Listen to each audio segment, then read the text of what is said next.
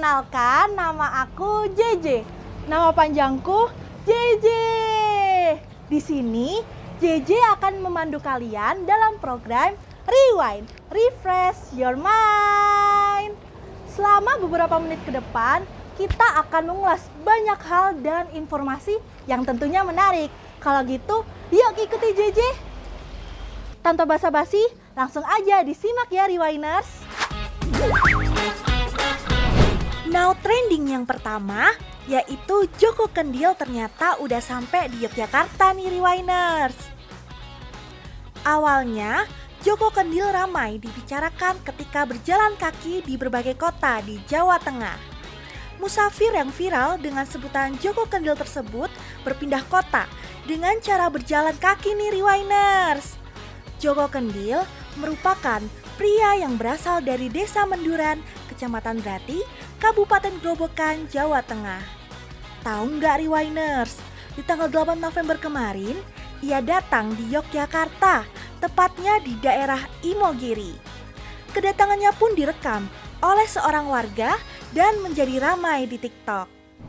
Yang kedua, beberapa waktu belakangan ini Rewinders pasti sering mendengar kata-kata ini. Kamu nanya, kamu bertanya-tanya.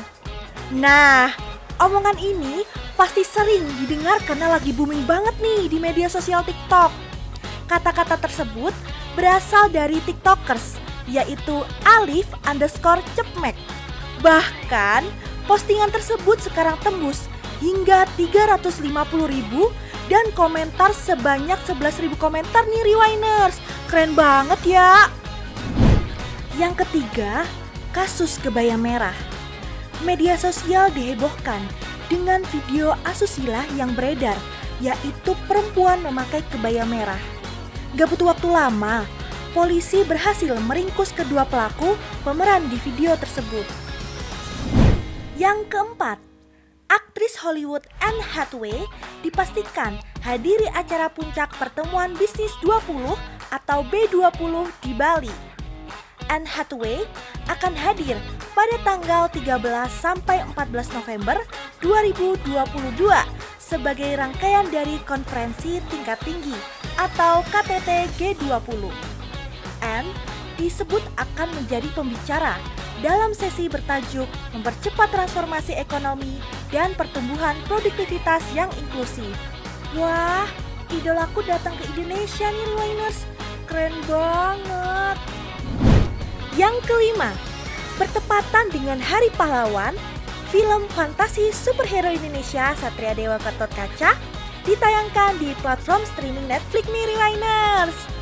Film ini turut menorehkan prestasi karena ditayangkan di bioskop Amerika Serikat dan Malaysia. Wah, JJ sama Mr. Kepo mau nonton nih guys.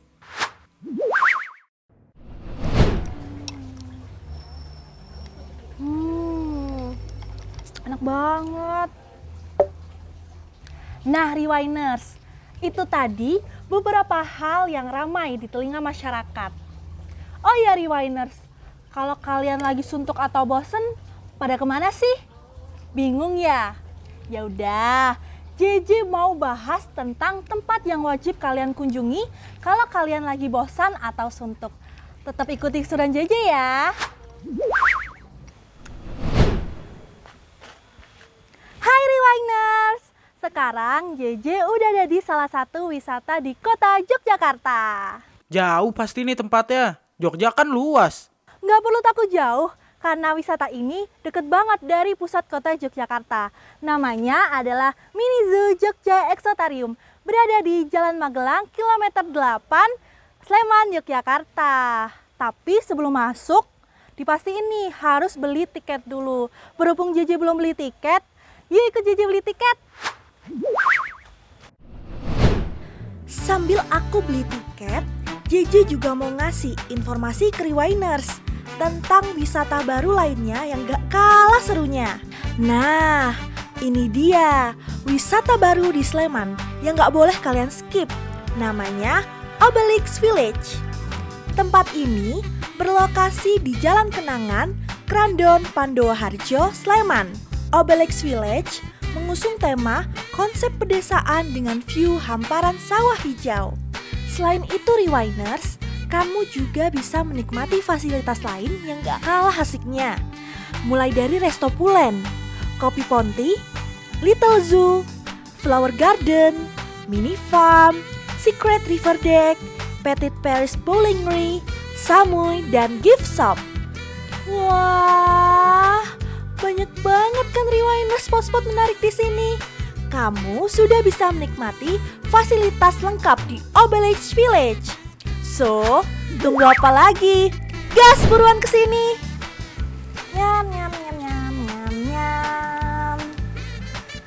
Rewinders, di Jogja Exotarium, kalian juga bisa memberi makanan hewan yang ada di sini loh. Cukup merogoh kocek 2.000 hingga 5.000 rupiah. Jangan Rewinders, ntar kalian digigit kambing. Gak perlu khawatir Rewinders, di setiap area hewan pasti ada petugas pemandunya. Oh iya, di Jogja Exotarium di sini juga ada berbagai macam spesies hewan. Dari hewan peternakan, peliharaan, dan juga ada hewan langka loh. Makan-makan. Nah, tadi JJ udah ngajak kalian ke wisata baru daerah Sleman Bawah. Sekarang, JJ mau ngajak kalian ke daerah Sleman lantai 2, tepatnya di Jalan Kaliurang. Kira-kira ada apa ya di sana? Wah, ada kelinci. Mau kemana? Gue belum ngomong. Tahu nggak Rewinders? Ternyata di Jalan Kaliurang kilometer 19 ada wisata yang cocok untuk kalian yang lagi butuh tempat healing. Namanya Ledok Sambi. Di sini kalian akan disuguhi pemandangan hijau yang asri dari pepohonan dan juga sungai. Ditambah lagi, di Ledok Sambi disediakan area jika kamu ingin berkemah. Tidak hanya itu, di sini juga ada area untuk outbound. Seru kan? Kalau saran JJ sih, kalian kesini pagi hari ya, biar dapat udara yang segar dan suasana yang masih adem-adem gimana gitu. Untuk masuk Ledok Sambi, kamu juga tidak perlu merogoh kocek yang besar Rewinders. Cukup dengan membayar uang parkir Rp3.000, kamu sudah bisa menikmati suasana Ledok Sambi dengan puas. Nah, Rewinders, di sini bukan hanya ngasih makan aja nih, tapi kalian juga bisa naik kuda dan dijamin aman karena ada pengawasan dari pemandu. Ini juga bisa jadi alternatif kamu kalau kamu pengen keliling taman tapi nggak mau capek.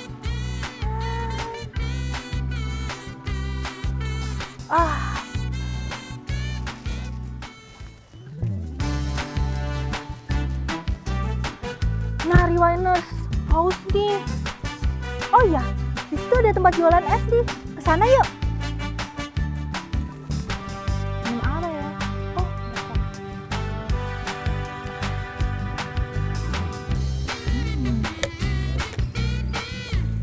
seger Rewinders. Nah, tadi JJ udah ngajak kalian ke Sleman lantai 2. Sekarang JJ mau ngajak kalian ke Jogja lantai atas. Mau lagi kalau bukan Gunung Kidul. Tapi bukan hanya satu Rewinders, tapi 2 rekomendasi wisata baru yang ada di Gunung Kidul. Kira-kira apa ya? Pantai, sungai, atau bukit? Yuhu Rewinders! Sekarang JJ mau ngajak kamu ke Jogja lantai 2. Mana lagi kalau bukan Gunung Kidul? Rewinders, biasanya kan Gunung Kidul itu identik dengan pantainya ya. Padahal banyak sekali wisata yang bisa kita eksplor di sana. Salah satunya adalah Gunung Api Purba dan Embung Langgeran. Di sini kamu bisa menikmati indahnya bukit dan indahnya embung dari atas Jogja. Pemandangan ini gak kalah menarik dari pemandangan pantai loh. Ditambah lagi, suasana di sini yang tak begitu ramai membuat kita jadi lebih leluasa. Dan asyiknya lagi, jarak antara Gunung Api Purba dan Embung Langgeran gak jauh Rewinders. Jadi kamu bisa kedua tempat sekaligus tanpa harus menempuh jalan yang jauh.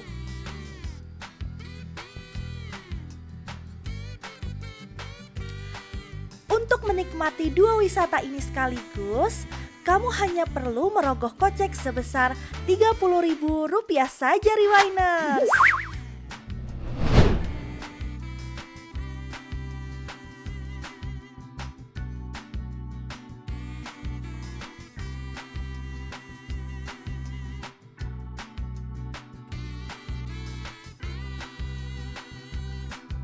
Iya deh, si paling tahu. Lah, job desk gua kan ngomentarin orang. Mau kemana lagi? Bukan ini, bukan. Nah, ini yang aku cari. Hai Rewiners, tahu nggak sih kalau TikTok menjadi media sosial yang paling diminati tahun ini loh? Lah, TikTok kan cuma video joget-joget doang. Kata siapa Mr. Kepo? Justru TikTok menjadi salah satu media sosial yang paling diminati dan digemari oleh masyarakat karena mengedukasi dan memberikan informasi. Bahkan ada beberapa dokter yang viral karena mengedukasi dan digemari oleh masyarakat. Jadi JJ mau ngasih tahu kalian 5 dokter viral yang mengedukasi masyarakat lewat platform TikTok. Yang pertama ada Dr. Richard Lee. Dr. Richard terkenal dengan ketegasannya dalam review produk skincare.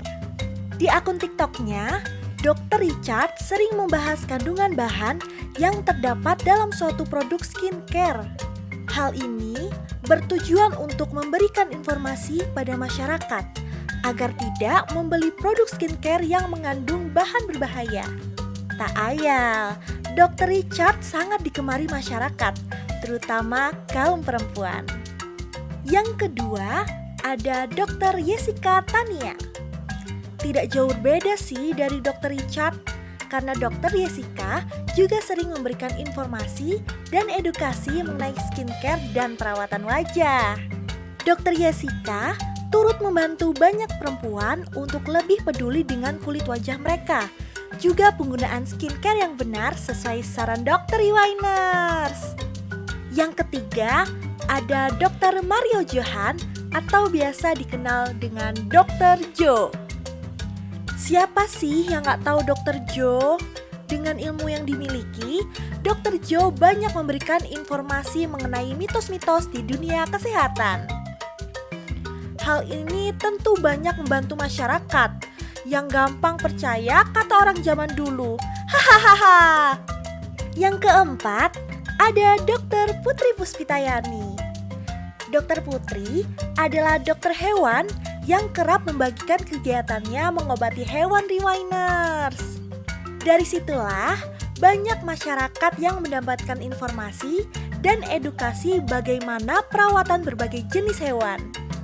Dokter Putri nggak cuma ngobatin kucing, anjing, ataupun kambing, karena banyak sekali video TikTok yang memperlihatkan Dr. Putri mengobati berbagai jenis hewan. Bahkan ada video yang menunjukkan Dr. Putri sedang mengobati buaya loh Rewiners. Wow, serem banget. Yang terakhir ada Dr. Aiman Alatas. Siapa coba yang gak kenal Dr. Aiman?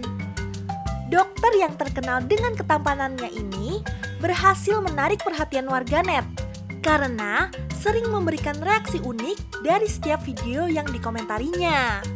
Tak hanya itu, warganet juga sering usil nih Rewiners. Mereka sering mention akun TikTok Dr. Aiman untuk memberikan penjelasan terkait penyakit atau gejala dari video yang sedang ramai menjadi perbincangan. Dan dengan sabar, Dr. Aiman pun memberikan tanggapan dan saran. Dr. Aiman emang lawak nih Rewiners.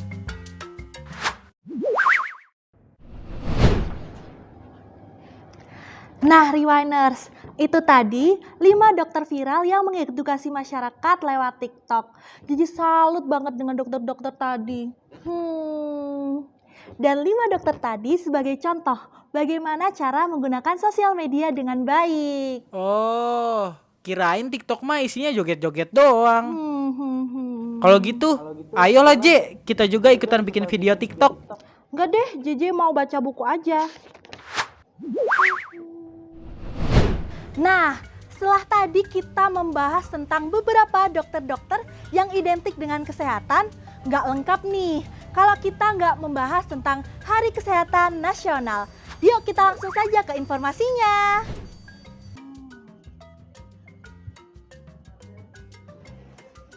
Nah, Rewinders, tadi JJ udah bahas tentang beberapa dokter yang menginspirasi. Sekarang, JJ mau ngasih informasi tentang fakta menarik di balik Hari Kesehatan Nasional.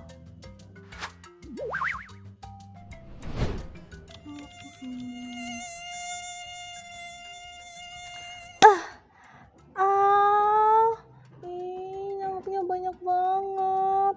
Mana gigitnya bikin gatel lagi. Bahaya banget kalau banyak nyamuk ya. Nah, Rewinders, ngomong-ngomong soal nyamuk ya, ternyata Hari Kesehatan Nasional itu dibentuk dari upaya untuk pemberantasan malaria. Dan pada tahun 1950, ratusan ribu warga Indonesia telah tewas akibat malaria. Ngeri juga ya ternyata. Iya. Aku punya ini. Nyamuk-nyamuk pergi. Gini kan nyamuk udah pergi semua. Nah, Rewinders, karena wabah malaria masih melanda di Indonesia, pemerintah mengambil langkah dengan penyemprotan massal.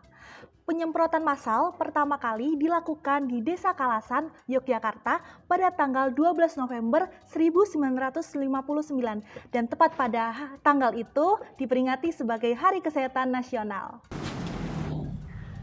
Wah, akhirnya nyamuknya hilang juga nih. Untung aku semprot. Ya iyalah hilang, orang disemprot terus. Komen mulu Mr. Kepo.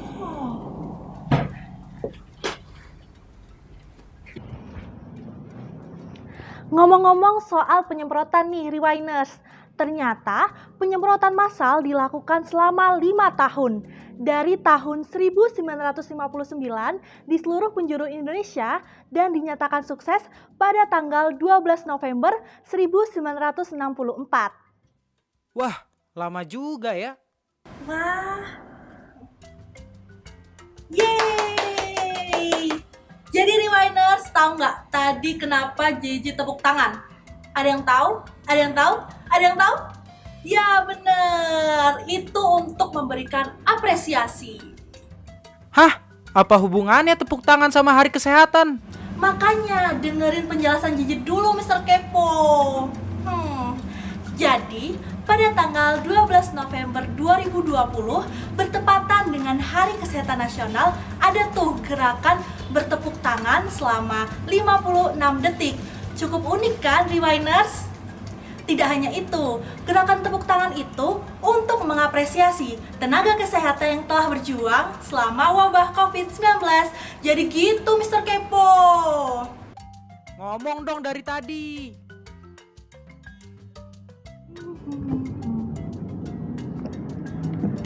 Nah, Rewinders, memasuki fakta menarik yang terakhir nih dari Hari Kesehatan Nasional. Ternyata, di tengah pandemi tidak menghalangi upacara peringatan Hari Kesehatan Nasional ditiadakan. Karena pada tahun 2020 dan 2021 tetap dilaksanakan, namun dengan cara yang berbeda, yaitu dengan cara virtual. Upacara kok virtual? Ya iyalah, kan masih pada masa pandemi. Masa mau dipaksain? Udahlah, mau lihat video aja.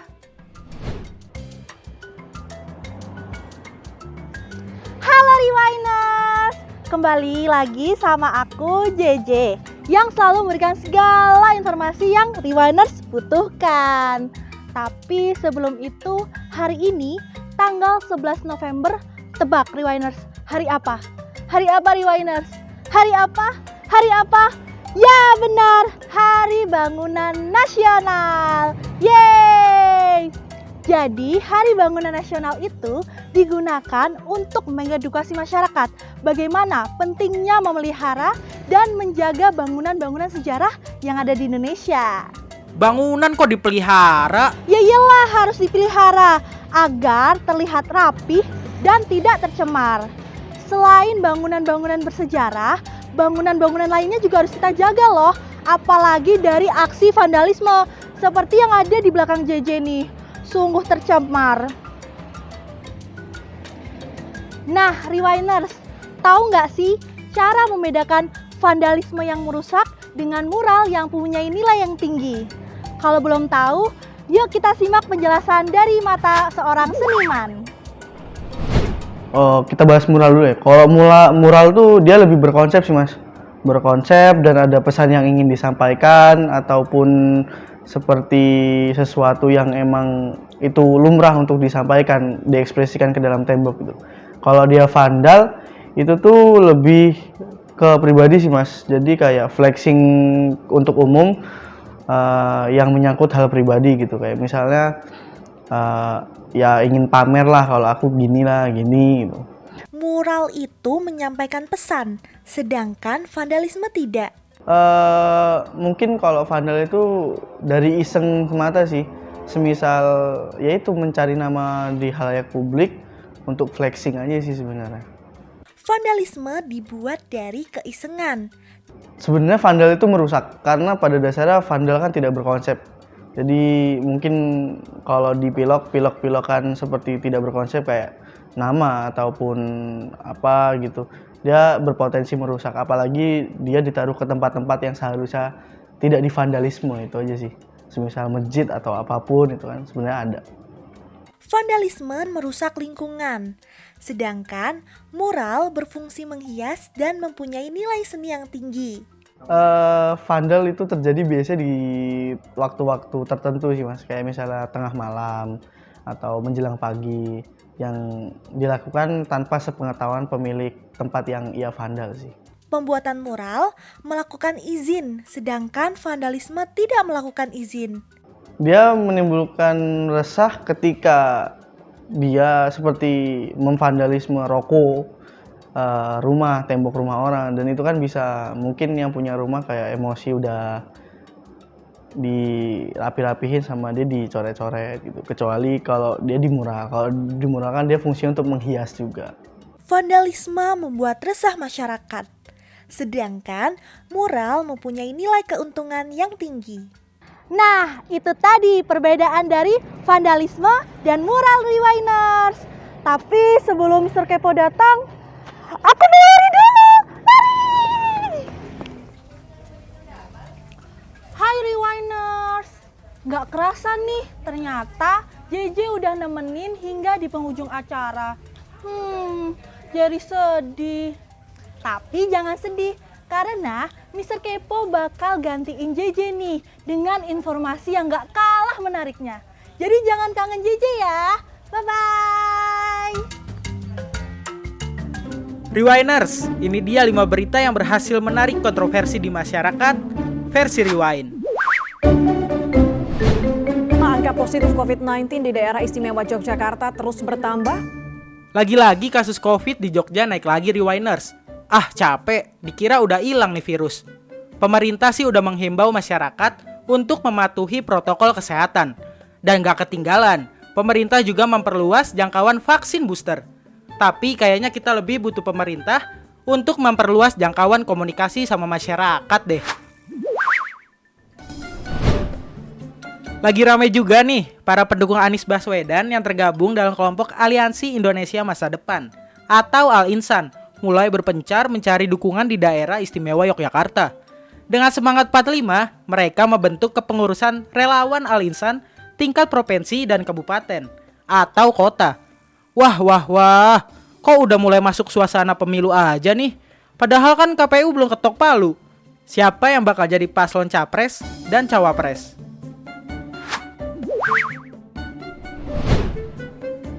Lanjut, lagi rame juga nih nama-nama capres. Selain Pak Anies, ada juga Pak Ganjar dan juga Bu Puan. Kalau dari ketiga tokoh itu, tentu yang paling multi talent Bu Puan, Rewinders. Mulai dari bertani, model, nguli, sampai matiin mic. Bisa semua tuh Bu Puan. Kalau kalian, tim siapa nih? Baru-baru ini masyarakat dihebohkan dengan video syur yang diperankan wanita berkebaya merah, Rewinders. Wah, ada yang baru nih, video pemersatu bangsa. Katanya polisi sih sudah berhasil menangkap pelaku. Tumben ya cepet. Dengar-dengar nih ya, polisi tahu identitas pelaku karena tato mahkota di tangan kiri pemeran pria. Wih, canggih juga polisi kita. Nemu pelaku begini mulus. Beda cerita kalau pelaku pembunuhan, sulit. Ngomongin pembunuhan, nih kasus Sambo gak kelar-kelar. Baru-baru ini publik dibuat jengkel sama kesaksian salah satu asisten rumah tangga si Sambo, yaitu si Susi. Hakim aja sampai gemes sama kesaksian si Susi yang beda-beda. Apalagi si Susi kalau ditanyain jawabannya siap-siap mulu. Kira-kira nih skenario Sambo kapan ya tamatnya? Nah, Rewinders, itu tadi informasi yang bisa kita sampaikan buat kalian. Sampai jumpa di episode Rewind selanjutnya. Rewind, refresh your mind.